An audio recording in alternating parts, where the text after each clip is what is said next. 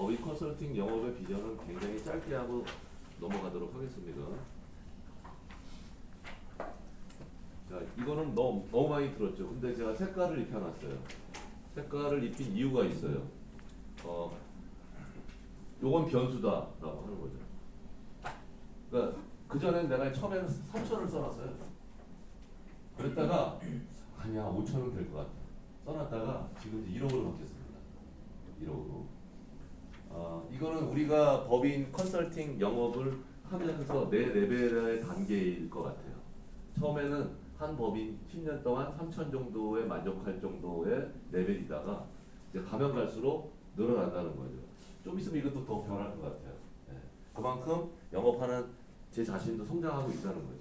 어차피 우리는 우리 몸이 한도가 있고 시간도 있고 체력도 한도가 있고 나이도 한도가 있어요. 그럼 최고의 효율을 올려야 된다는 거죠. 그러면 한 법인당 나한테 소득을 올려줄 수 있는 법인의 규모를 계속 키워야 된다라고 하는 거죠. 그렇죠? 아마 1억 원 정도면 당기 순이익 한 3, 4억 정도 나는 회사면 충분히 우리한테 10년 동안 1억 원을 안겨줄 수 있을 것 같아요. 근데 좀 더 올라가 보자. 1년에 한 1, 20억 이상 버는 회사들. 그러면 요 금액이 1억이 아니고 2억이 될 수도 있고 3억이 될 수도 있다라고 하는 거죠. 실제로 그런 경험을 하고 있어요. 그래서 어쨌든 법인 영업은 개인 영업하고 다르게 유한한 고객 발굴이 가장 중요한 장점이다라고 저는 생각을 하고요. 그리고 2일 1방문 오전 이것도 좀 변수로 해놨죠. 네. 이것도 커지고 이것도 줄어들 수 있을 것 같다. 2일 1방문이면 일주일에 3.5개잖아요. 일주일에 한 6일 일한다고 치면 3일, 3번 3일 하는 거죠. 3일 정도. 그래, 오케이. 그렇게 하면서 연봉 3억 정도 벌어간다? 만족할 수도 있을 것 같아요. 근데 좀 더 해볼까? 일주일에 하루 정도만 일해볼까? 이런 거죠.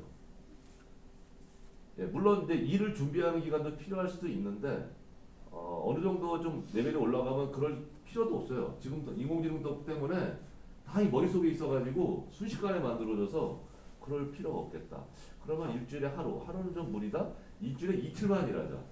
라고 하는 거고 그것도 오전에 끝냈으면 좋겠다. 이거 나머지는 노는 거죠. 뭐. 대표들하고 놀아도 좋고.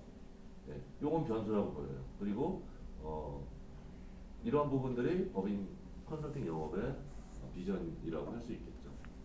그럼에도 불구하고 요즘은 15년에서 10년으로 줄었어요. 자, 이제 10년 정도 지나면 우리 영역도 없어질 수 있겠다. 생각이 들었습니다. 뭐 실제로 인공지능 써보다 보니까 그런 느낌이 와요.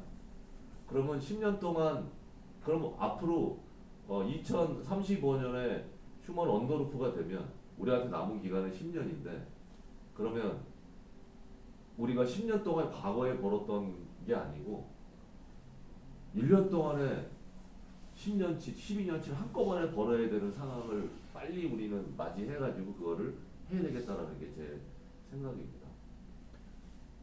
보험 영업 중에 연봉 최고액이 몇 번 들어보신 적 있으시죠? 보험업에서 최고 연봉자. 네. 제가 말씀 안 드렸나요?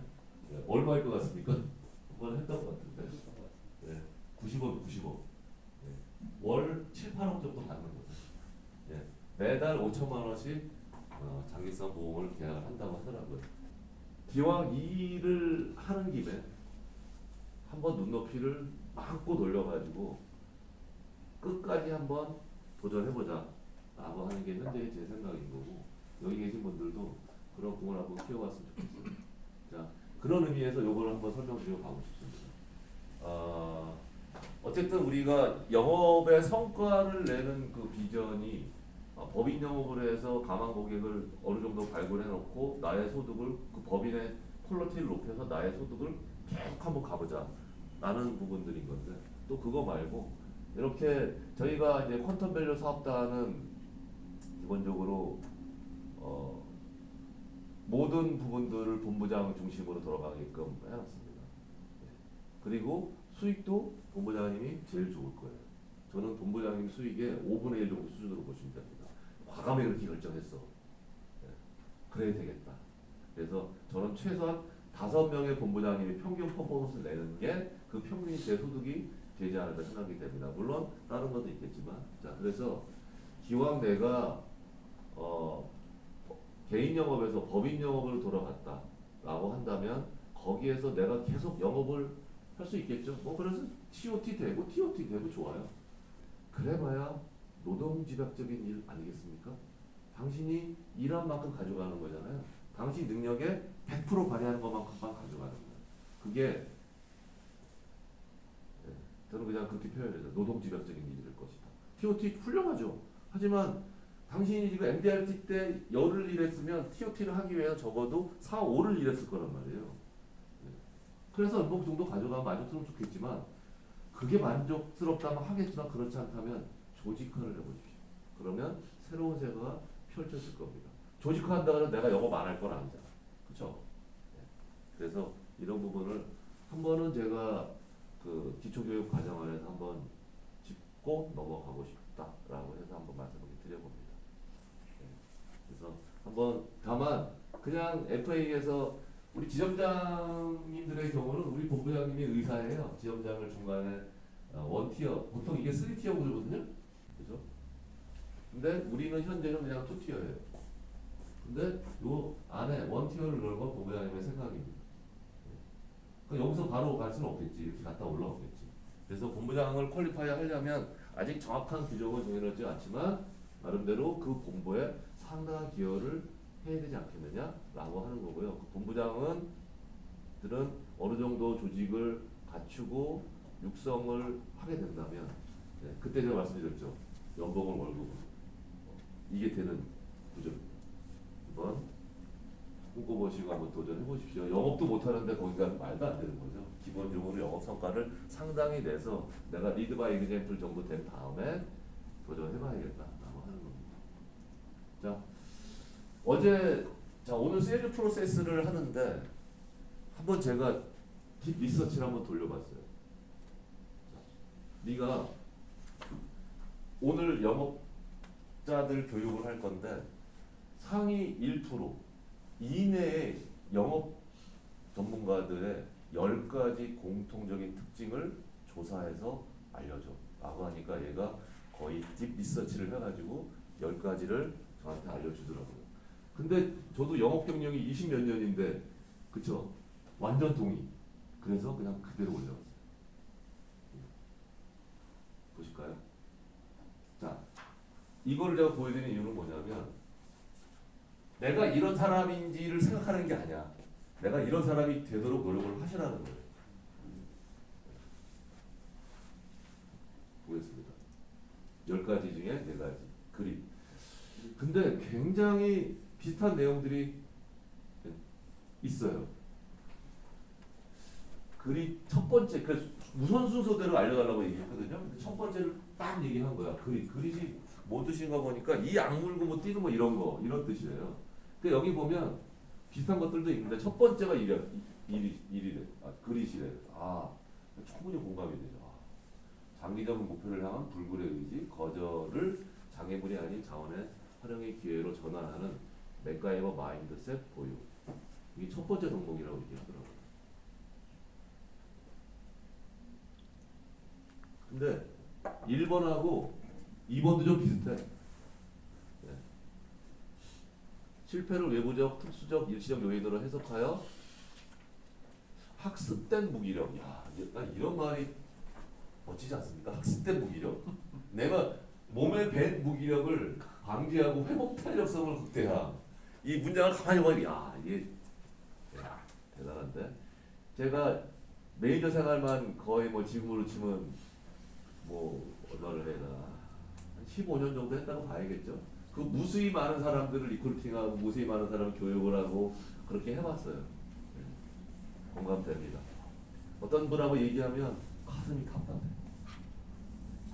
항상 그냥 그 암울한 기운이 그냥 펼쳐져 있어. 네. 와, 죽을 것 같아요. 여러 번 있었어. 그분 삶에서 풀리진 않아. 왜? PMA라고 그러잖아요. 포지티브 멘탈 애티튜드. 아무리 힘들어도 낙관적이 되는데 아무리 좋아도 비관적이야. 무조건 긍정. 무조건 긍정이라기보다는 어, 학습된 무기력을 방지하고 회복 탄력성을 가지고 있는 긍정적인 요소. 자, 이거를 각자 해석해가지고 몸에 완전히 되게 하셔야 돼요. 이런 사람을 대표들이 딱 보는 순간에 느껴요. 아, 얘는 일 잘하는 애야. 그렇거든요. 몇 마디 하면 바로 나와요. 왜? 왜 누구는 대표하고 상담하는데 계약이 나오고 누구는 대표하고 상담하는데 계약이 안 나올까?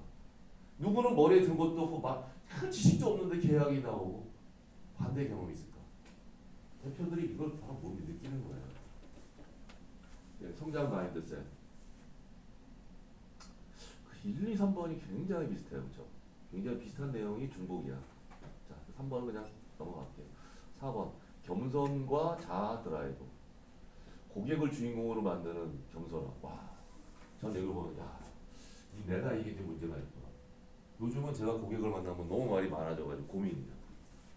너무 말이 많아져. 그래서 고객을 이걸 띄워주지 못하고 그냥 말만 주구장창하다 나중에 이러고 끝나는 일이 요즘 늘어나고 있어요. 그래서 보면서 아 이거 안 되겠는데 고객을 주인공으로 만드는 부분들을 가져야겠다. 요거는 뭐 뻔한 얘기죠. 반드시 성사시키는 강한 성사시키려고 하는 내면도 솜씨 없고 없는 사람이 어디 있어? 이거는 우리 다 있어. 그렇죠? 들켜서 문제지.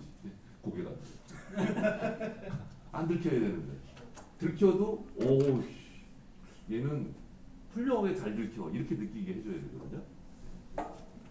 너무 많은 얘기는 안 하고 지나갈게요. 양양 성격 이것도 되게 특별한 거예요. 예전에 프루덴셜 LP의 공통의 특징이 내성적인 성향들이 많았거든요.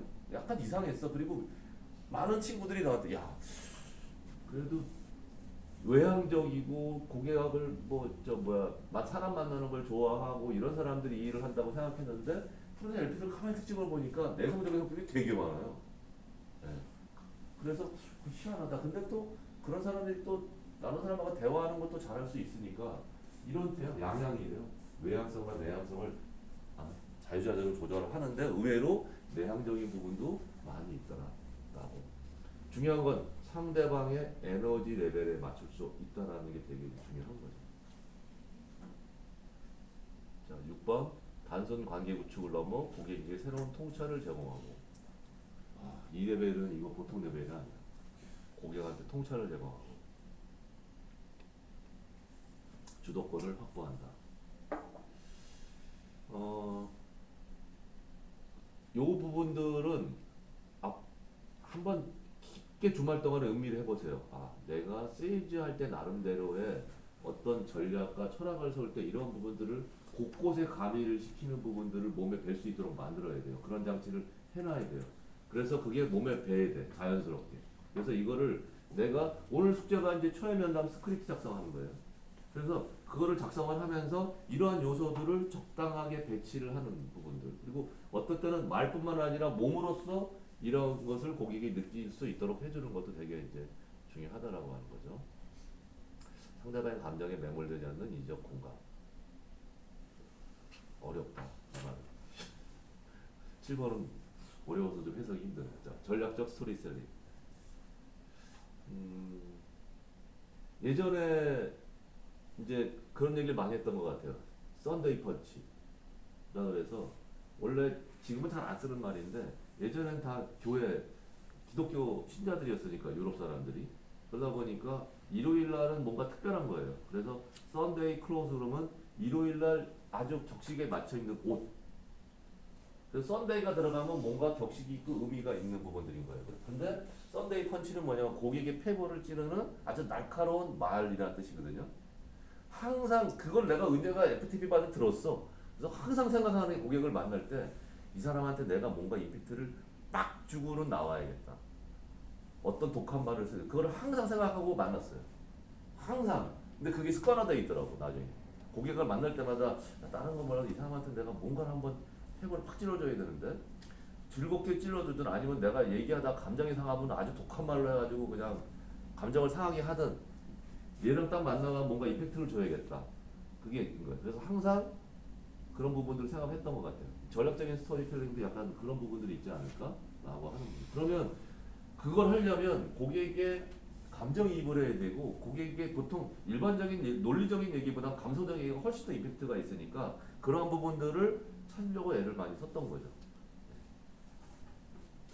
이게 이제 8번이었던 것 같고, 그 다음에 이제 이게 아마 제가 일곱 개, 8개를 했으면 안 나왔을 거야. 근데 10가지를 하니까 얘가 8번에 딱 넣었죠. 지금 인공지능 시대에 이 부분들에 대해서 강조를 하더라. 그리고 이거에 따라서 생산성이 어마어마하게 차이가 많이 날 거다. 그 생산성을 돈으로 환산하거나 생산성을 시간으로 변화시켜줄 수 있겠다. 이제라고 하는 거죠. 어쨌든 인공지능 시대에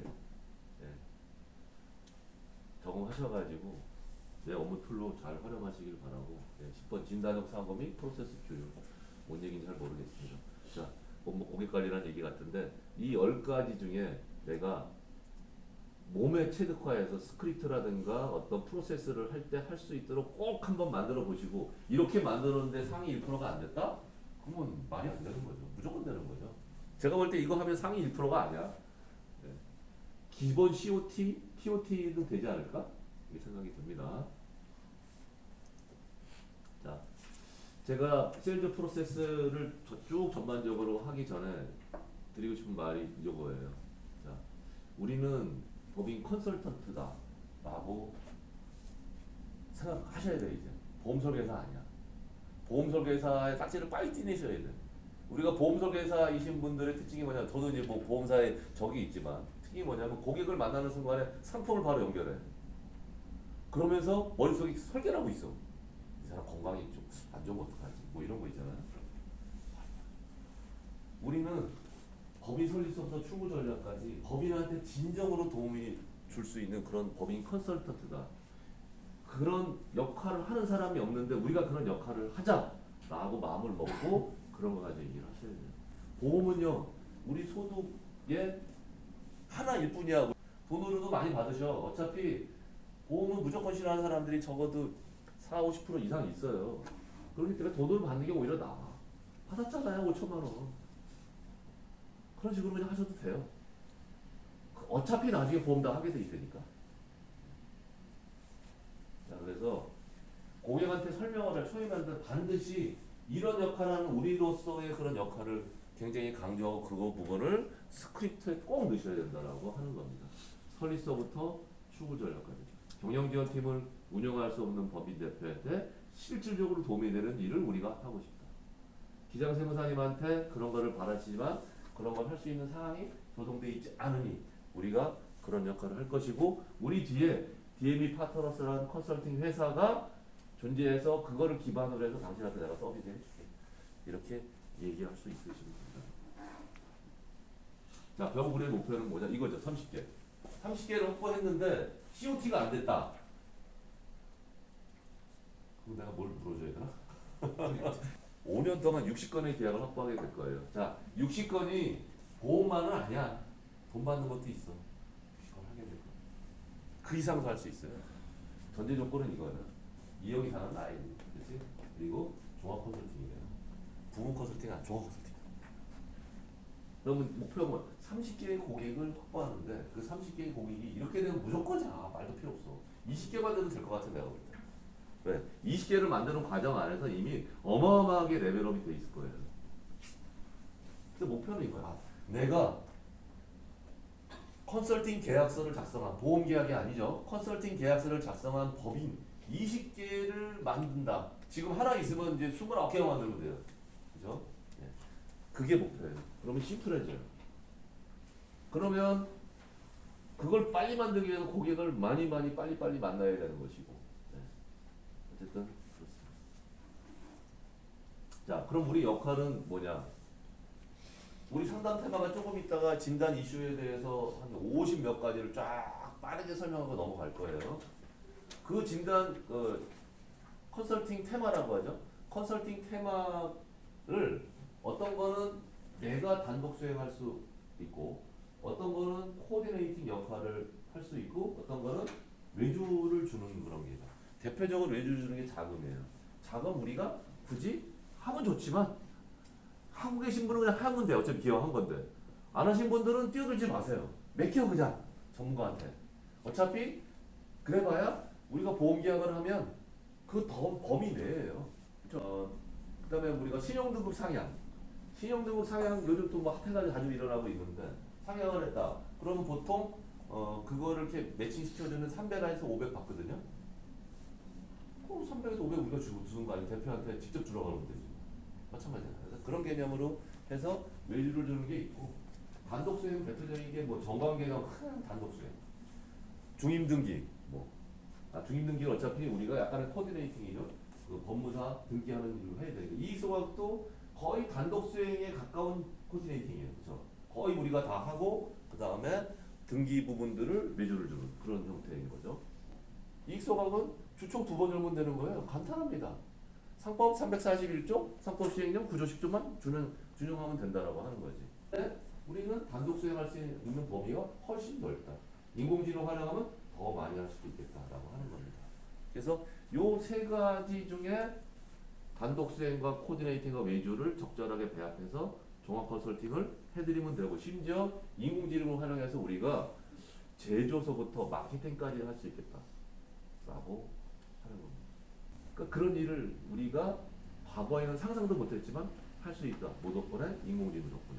자, 그래서 우리는 고객 법인 대표의 어떠한 문제도 우리가 직접 또는 외주를 주거나 코디네이팅을 통해서 해결할 수 있다라는 자신감을 가지셔요.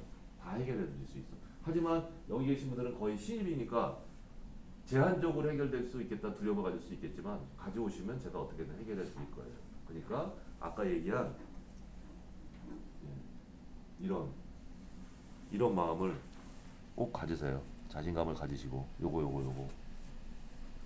요런 걸 아주 예쁘게 하나 만드셔가지고 딱 항상 많은 사람들한테 보여주시면 우리 역할을 강조 한번 해보세요. 충분히 할 수가 있습니다.